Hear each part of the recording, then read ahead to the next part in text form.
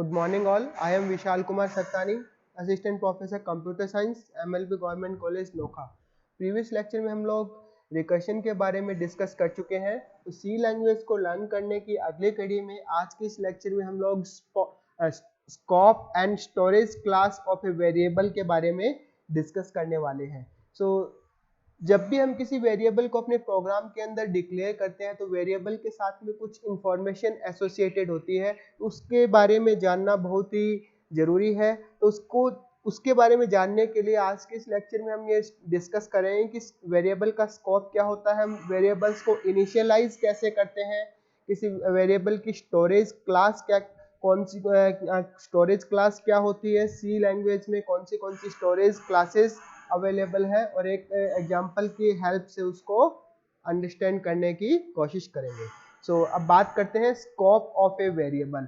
तो बेसिकली किसी भी प्रोग्रामिंग लैंग्वेज में किसी वेरिएबल का स्कोप प्रोग्राम का वह एरिया है जिसमें हम वेरिएबल को डिफाइन करते हैं और उस वेरिएबल की एग्जिस्टेंस होती है और उस वेरिएबल को एक्सेस कर पाते हैं। उस बाउंड्री या उस रीजन के बाहर वह वेरिएबल एक्सेसिबल नहीं होता, यानी कि किसी भी प्रोग्राम का वह पार्ट या वह हिस्सा जिसके अंदर वह वेरिएबल डिफाइंड है और उस वेरिएबल को एक्सेस किया जा सकता है, वह उसका स्कोप कहलाता है। तो सी लैंग्वेज के अंदर हम वेरिएबल को तीन जगह पे डिफाइन कर सकते हैं। पहला, किसी फंक्शन या ब्लॉक के अंदर, जिसे हम लोकल वेरिएबल्स कहते हैं, यानी कि जो भी वेरिएबल्स हम किसी फंक्शन या ब्लॉक के अंदर डिफाइन करते हैं उन्हें लोकल वेरिएबल्स कहते हैं। वह और दूसरा है आउटसाइड ऑफ ऑल फंक्शन, यानी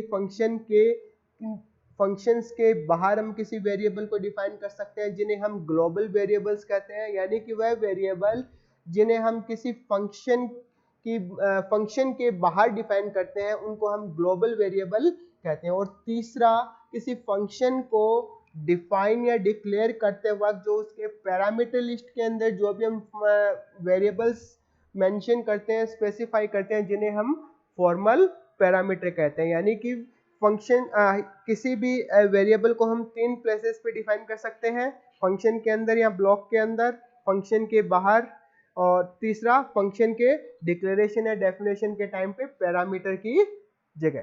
तो अब बात करते हैं कि लोकल वेरिएबल क्या है। तो लोकल वेरिएबल वह वेरिएबल जिसको हम किसी फंक्शन के या किसी ब्लॉक के अंदर डिक्लेयर करते हैं उन्हें हम लोकल वेरिएबल कह सकते हैं। लोकल वेरिएबल को हम सिर्फ और सिर्फ उसी ब्लॉक के अंदर यूज कर सकते हैं जिस ब्लॉक के अंदर वह डिफाइंड है, यानी कि उसके पॉइंट ऑफ डिक्लेरेशन से लेके जहां तक वह ब्लॉक या फंक्शन की बॉडी एंड होती है वहां तक हम उस लोकल वेरिएबल को एक्सेस कर सकते हैं। तो लोकल वेरिएबल को किसी फंक्शन की बॉडी या उस ब्लॉक के बाहर जो हम एक्सेस नहीं कर सकते, क्योंकि उनके बाहर उनका कोई भी एग्जिस्टेंस नहीं होता। और ग्लोबल वेरिएबल्स को हम generally outside the all function हम डिफाइन करते हैं, और generally top of the programme before main function उनको हम डिफाइन करते हैं। यानी कि ऐसे वेरिएबल जिनको हम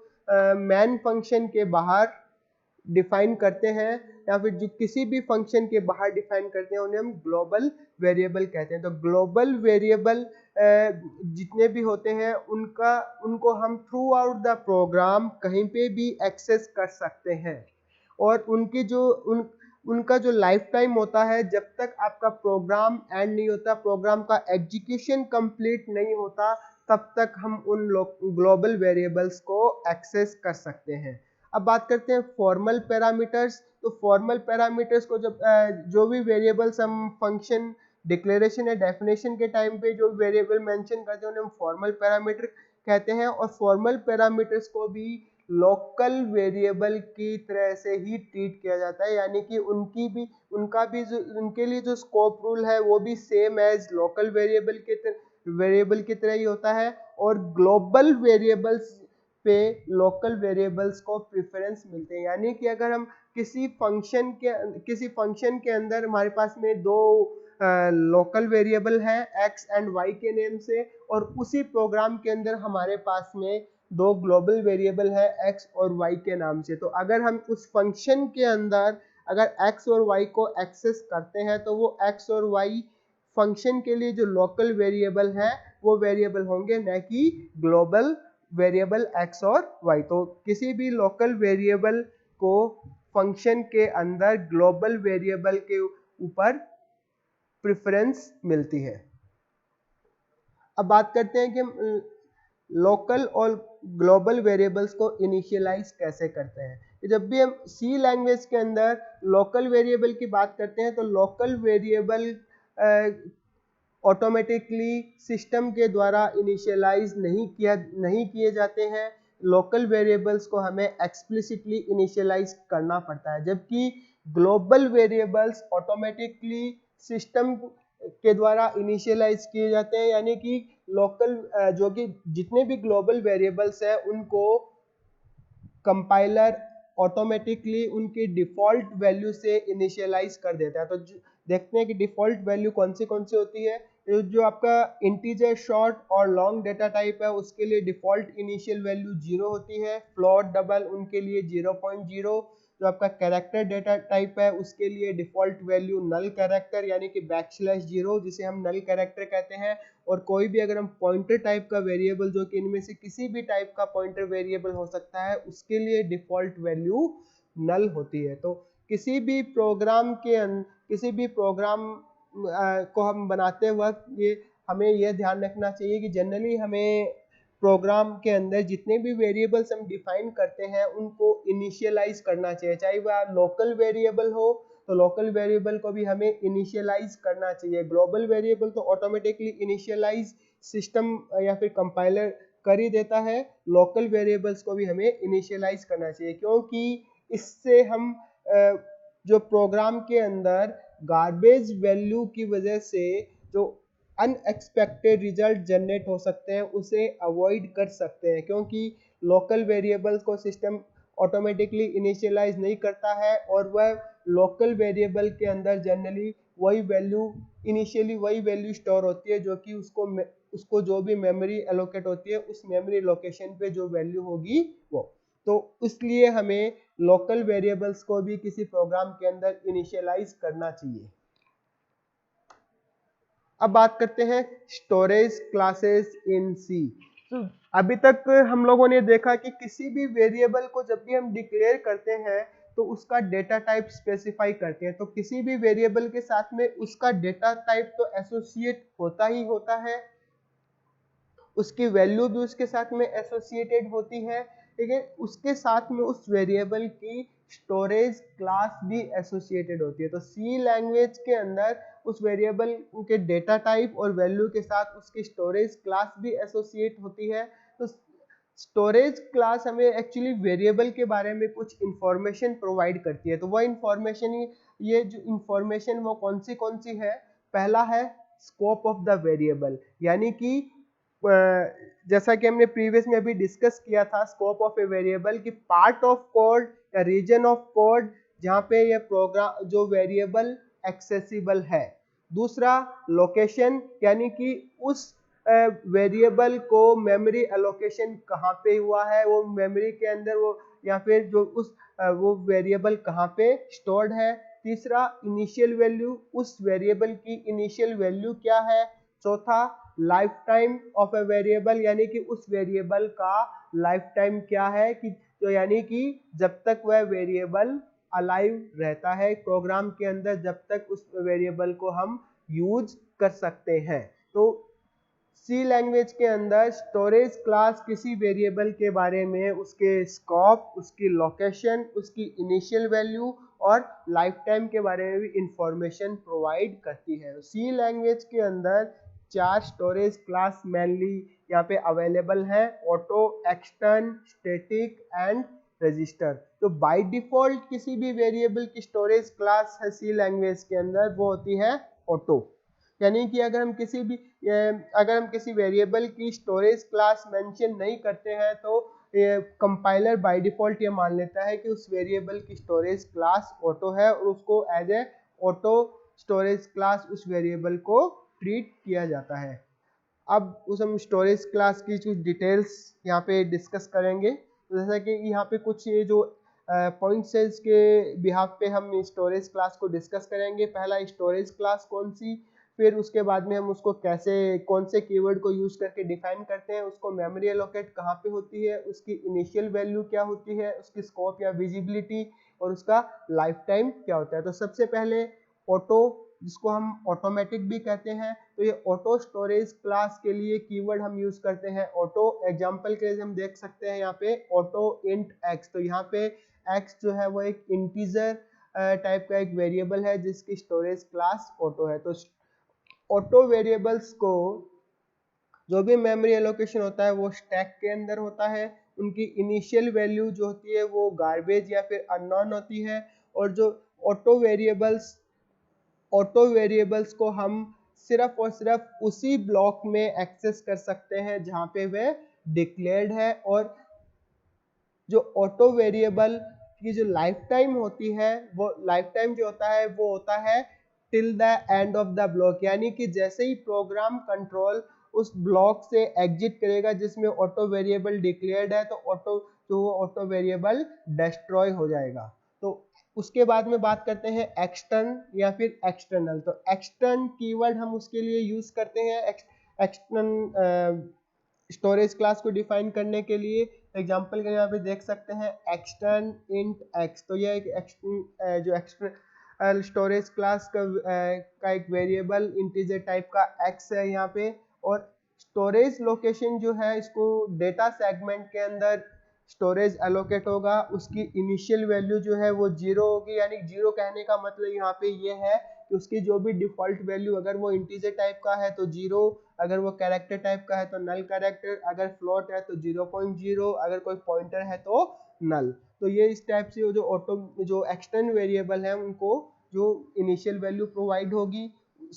एक्सटर्नल जो भी वेरिएबल है एक्सटर्नल स्टोरेज क्लास के अंदर, उसकी जो स्कोप या विजिबिलिटी ग्लोबल होती है और मल्टीपल फाइल्स के बीच में एक्सटर्नल वेरिएबल को एक्सेस किया जा सकता है। और जो एक्सटर्नल वेरिएबल की जो लाइफ टाइम है वो till the end of program होता है। Till the end of program means जब तक कि प्रोग्राम का एग्जीक्यूशन कंप्लीट नहीं हो जाता तब तक आपका एक्सटर्नल वेरिएबल अलाइव रहता है। उसके बाद बात करते हैं स्टैटिक वेरिएबल की। Static variable, again static variable जो है उसको हम स्टैटिक कीवर्ड के थ्रू डिक्लेयर कर सकते हैं। तो उसकी स्टोरेज क्लास स्टैटिक, अगर हम स्टैटिक कीवर्ड किसी भी वेरिएबल डिक्लेरेशन से पहले राइट करते हैं तो वो वेरिएबल स्टैटिक स्टोरेज क्लास का हो जाएगा। जैसे कि यहाँ पे x जो स्टैटिक इंट x, यानी कि x इंटीजर टाइप का एक स्टैटिक वेरिएबल है। तो स्टैटिक वेरिएबल को भी एक्सटर्नल वेरिएबल की तरह डेटा सेगमेंट के अंदर स्टोरेज एलोकेट होता है और उसकी भी जो इनिशियल वैल्यू जो है वो 0 है, यानी कि स्टैटिक वेरिएबल भी ऑटोमेटिकली कंपाइलर उनको इनिशियलाइज करता है।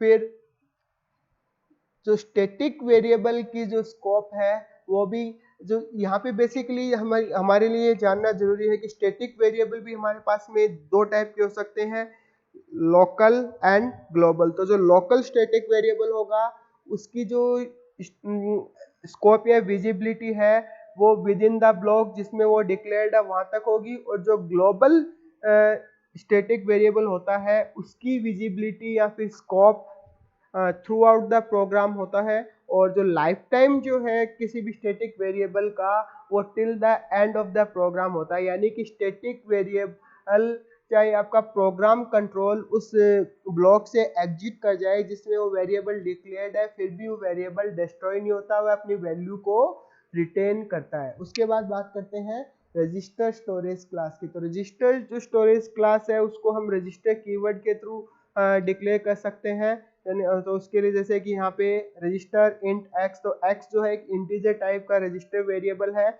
और रजिस्टर स्टोरेज क्लास के अंदर जो मेमोरी एलोकेशन होता है वेरिएबल को वो सीपीयू रजिस्टर्स के अंदर होता है।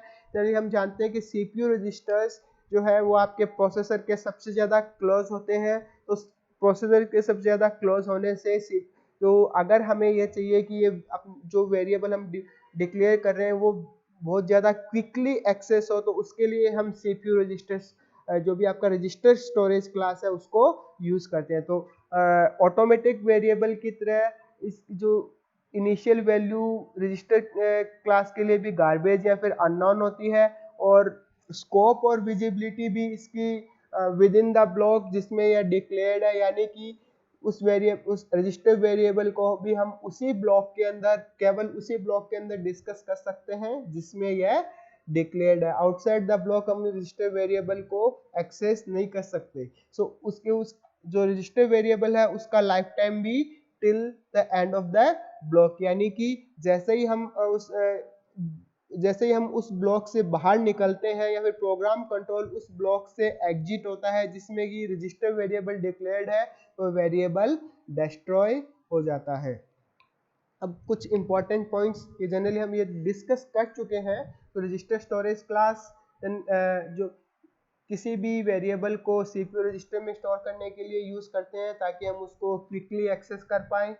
स्टैटिक स्टोरेज क्लास को हम ग्लोबल और लोकल दोनों वेरिएबल्स के लिए यूज कर सकते हैं। लोकल स्टैटिक वेरिएबल को हम फंक्शन या फिर ब्लॉक के अंदर डिक्लेयर करते हैं, जबकि ग्लोबल स्टैटिक वेरिएबल को हम फंक्शंस के बाहर डिक्लेयर करते हैं। लोकल स्टैटिक वेरिएबल जो है वो केवल और केवल उस ब्लॉक में विजिबल होता है, उस फंक्शन के अंदर बॉडी के अंदर विजिबल होता है जहाँ पे वह डिक्लेयर्ड है, जबकि ग्लोबल स्टैटिक वेरिएबल जो है वो throughout the program visible होता है। किसी भी जगह हम उस ग्लोबल वेरिएबल को, ग्लोबल स्टैटिक वेरिएबल को एक्सेस कर सकते हैं। फिर बात करते हैं स्टैटिक वेरिएबल एक ही बार इनिशियलाइज होता है और throughout the lifetime of the program अपनी वैल्यू को रिटेन करता है। चाहे आपका प्रोग्राम कंट्रोल उस ब्लॉक से एग्जिट कर जाए फिर भी स्टैटिक वेरिएबल अपनी वैल्यू को रिटेन करता है। उसके बाद ऑटो वेरिएबल जो है, जैसे ही प्रोग्राम कंट्रोल एक बार उस ब्लॉक से एग्जिट करता है जिसमें वेरिएबल डिक्लेयर्ड है, ऑटो वेरिएबल जो है वो डिस्ट्रॉय हो जाते हैं। तो इसको अंडरस्टैंड करने के लिए हम इस प्रोग्राम को डिस्कस करेंगे। तो यहाँ पे हमने जो आपका प्रोग्राम बनाया है, program to show the concept of auto and static variable. तो यहाँ पे हमने जो एक लूप यूज किया हुआ है, तो लूप को रन करने के लिए एज ए कंट्रोल करने के लिए हमने एक वेरिएबल आई यूज किया है। इस लूप को हमने 5 टाइम रन किया है और यहाँ पे दो वेरिएबल यहाँ पे डिफाइन किए हैं, एक्स एंड वाई। एक्स जो है वो इंटीजर टाइप का ऑटो वेरिएबल है और वाई जो है वो इंटीजर टाइप का स्टैटिक वेरिएबल है। हमने यहाँ पे एक्स को 0 से इनिशियलाइज किया है और स्टैटिक वेरिएबल वाई को इनिशियलाइज यहाँ पे नहीं किया, क्योंकि स्टैटिक वेरिएबल वाई ऑटोमेटिकली जो इंटीजर टाइप का है तो ये 0 से इनिशियलाइज हो जाएगा। और यहाँ पे हमने एक स्टेटमेंट एग्जीक्यूट किया है x प्लस प्लस, यानी कि x की वैल्यू को 1 से इंक्रीज कर देगा, और ये दूसरा स्टेटमेंट y प्लस प्लस जो कि y की वैल्यू को 1 से इंक्रीज कर देगा। और उसके बाद में हमने x और y की वैल्यू को यहाँ पे प्रिंट करवाया है। Auto variable x is equal to %d, फिर एक दोनों के बीच में जो स्पेसिंग करने के लिए हमने यहाँ पे एक \t से टैब स्पेस दिया है, और उसके बाद में static variable y is equal to उसकी वैल्यू को प्रिंट करवाने के लिए तो यहाँ पे x, y, तो ये x और y की वैल्यू को जो यहाँ पे ये प्रिंट करवाएंगे, तो ये जैसा कि हम यहाँ पे देख पा रहे हैं ये लूप 5 टाइम एग्जीक्यूट होगा। तो हमने इस वेरिएबल को फॉर लूप का जो भी बॉडी पार्ट है, यानी कि फॉर लूप के बॉडी पार्ट में वेरिएबल को डिक्लेयर किया है, दोनों x और y वेरिएबल को। तो जो वेरिएबल है, जो भी ऑटोमेटिक वेरिएबल है, जो स्टैटिक वेरिएबल है, ये दोनों ही लोकल है। तो ऑटो तो बाय डिफॉल्ट लोकल होता ही है, और स्टैटिक वेरिएबल जो है ये एक लोकल स्टैटिक वेरिएबल है। तो दोनों का स्कोप ये फॉर लूप की बॉडी के एंड होने तक ही है। इस फॉर लूप की बॉडी के बाहर, यानी कि इस कर्ली ब्रेस के बाद में इन दोनों वेरिएबल्स का कोई एग्जिस्टेंस यहाँ पे नहीं होता। यहाँ इसका स्कोप जो है, इसके ये जो x का स्कोप इसके पॉइंट ऑफ डिक्लेरेशन से लेके इस कर्ली ब्रेस तक है, और इस y का स्कोप इसके पॉइंट ऑफ डिक्लेरेशन से लेके इस कर्ली ब्रेस तक है। तो यहाँ पे जैसे हम इस प्रोग्राम को एग्जीक्यूट करवाएंगे, फर्स्ट टाइम जैसे ही आपका ये प्रोग्राम जो ये लूप एग्जीक्यूट होगा, तो ये x की वैल्यू को इंक्रीज करके 1 कर देगा और y की वैल्यू को इंक्रीज करके 1 कर देगा। तो फर्स्ट टाइम जब भी जो प्रिंट स्टेटमेंट एग्जीक्यूट होगा तो ये ऑटो वेरिएबल की वैल्यू भी 1 प्रिंट करेगा और स्टैटिक वेरिएबल y की वैल्यू को भी 1 प्रिंट करेगा। और नेक्स्ट टाइम जैसे ही प्रोग्राम कंट्रोल फिर से लूप के अंदर एंटर होगा, तो यहाँ पे ये अंडरस्टैंड करने वाली बात है, लर्न करने वाली बात ये है कि ऑटोमेटिक वेरिएबल जैसे ही यहाँ पे जैसे ही प्रोग्राम कंट्रोल फर्स्ट टाइम ये जो लूप एग्जीक्यूट होने के बाद में यहाँ पे आएगा तो ऑटोमेटिक वेरिएबल x डिस्ट्रॉय हो जाएगा, जबकि y जो है स्टैटिक वेरिएबल होने की वजह से डिस्ट्रॉय नहीं होगा, ये अपनी वैल्यू को रिटेन करेगा। जैसा कि हमने अभी डिस्कस किया था कि जो स्टैटिक वेरिएबल है वो अपनी वैल्यू को रिटेन करेगा, यानी कि अब जो y की वैल्यू स्टैटिक वेरिएबल y की वैल्यू 1 हो चुकी है और प्रोग्राम कंट्रोल जब फिर से इस ब्लॉक के अंदर फॉर लूप की बॉडी के अंदर एंटर होगा तो ये उस वेरिएबल जो स्टैटिक वेरिएबल y है उसकी वैल्यू को फिर से इनिशियलाइज नहीं करेगा, क्योंकि y एक स्टैटिक वेरिएबल है और स्टैटिक वेरिएबल केवल एक ही बार इनिशियलाइज होता है और अपनी वैल्यू को रिटेन करता है। तो लेकिन ऑटोमेटिक वेरिएबल यहाँ पे फिर से जो है 0 से इनिशियलाइज होगा। तो यहाँ पे हम आउटपुट में देख सकते हैं कि एवरी टाइम जब भी प्रोग्राम कंट्रोल इस फॉर लूप की बॉडी के अंदर एंटर करेगा वह ऑटो वेरिएबल को इनिशियलाइज करेगा। तो हर बार ऑटो वेरिएबल को 0 से इनिशियलाइज होगा और जो यहाँ पे जो x प्लस प्लस है इसकी वैल्यू को 1 से इंक्रीज करेगा। तो एवरी टाइम x की वैल्यू जो है वो 1 प्रिंट होगी, जबकि y जो है वो एक ही बार इनिशियलाइज होगा 0 से और उसकी जब भी वैल्यू जैसे फर्स्ट टाइम इसकी वैल्यू 1 होगी और नेक्स्ट टाइम जब भी प्रोग्राम कंट्रोल इस लूप के अंदर एंटर करेगा तो अब ये जो y की वैल्यू 1 पे इंक्रीमेंट ऑपरेशन परफॉर्म करेगा, तो ये वैल्यू इंक्रीज होके 2 हो जाएगी, फिर नेक्स्ट टाइम 3, फिर 4, 5। तो यहाँ पे हम देख सकते हैं कि स्टैटिक वेरिएबल अपनी वैल्यू को रिटेन करता है थ्रू आउट द प्रोग्राम और केवल एक ही बार इनिशियलाइज होता है। तो आज के इस लेक्चर में हमने बहुत ही important concept scope of variable and storage class के बारे में डिस्कस किया। जैसे स्कोप ऑफ वेरिएबल आपका लोकल स्कोप हो सकता है और ग्लोबल स्कोप हो सकता है। फिर स्टोरेज क्लासेस, तो सी लैंग्वेज के अंदर 4 स्टोरेज क्लास होती हैं, auto, extern, static and registers. Thank you.